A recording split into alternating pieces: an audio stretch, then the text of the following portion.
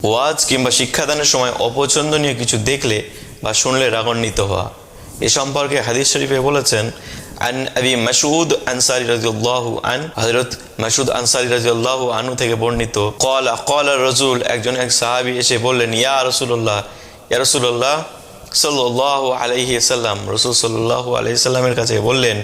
লা ইউকিদু ইয়াদরিকুস সালাত, আমি নামাজ পড়তে যাই না, মিম্মা ইয়াতুলু বিনা ফুলানান, অমুক ব্যক্তি যখন নামাজ পড়ায় তখন আমি নামাজে শরীক হতে চাই না, কেননা তিনি নামাজকে অনেক দৈর্ঘ্য করে দেন। ফামা রাআইতুন নবী সাল্লাল্লাহু আলাইহি ওয়াসাল্লাম, যখন এই কথা রাসূল সাল্লাল্লাহু আলাইহি ওয়াসাল্লাম শুনলেন, ফি মউইযাতিন আশাদ্দা গাযীবান মিন ইয়াউমাইযিন ফাকাল, রাসূল সাল্লাল্লাহু আলাইহি ওয়াসাল্লাম অনেক রেগে গেলেন,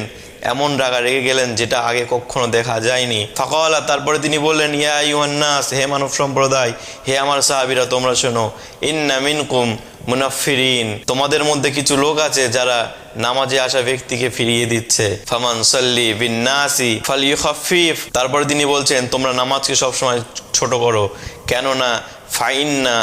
ফিহিম মারিজান, কারণ এই নামাজের এই জামাতের ভিতরে অনেকজন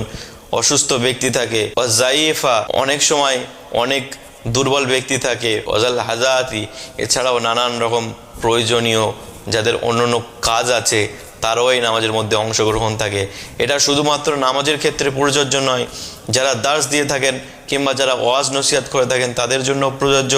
কেননা অনেক সময় দেখা যায় বক্তা এত লম্বা করে দেয় তার বক্তৃতাকে যে শ্রোতারা রাগান্বিত হয়ে চলে যেতে থাকে।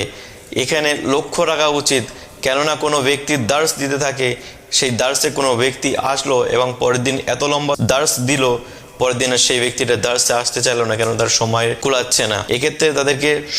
সবসময় যারা দার্স দিবেন কিংবা ওয়াজ নসিহত করবেন তাদের সবসময় লক্ষ্য রাখা উচিত সময়ের অতিক্রম না করা, সময়ের সদ্ব্যবহার করা, সময়ের মধ্যে কথাকে সংক্ষিপ্ত করা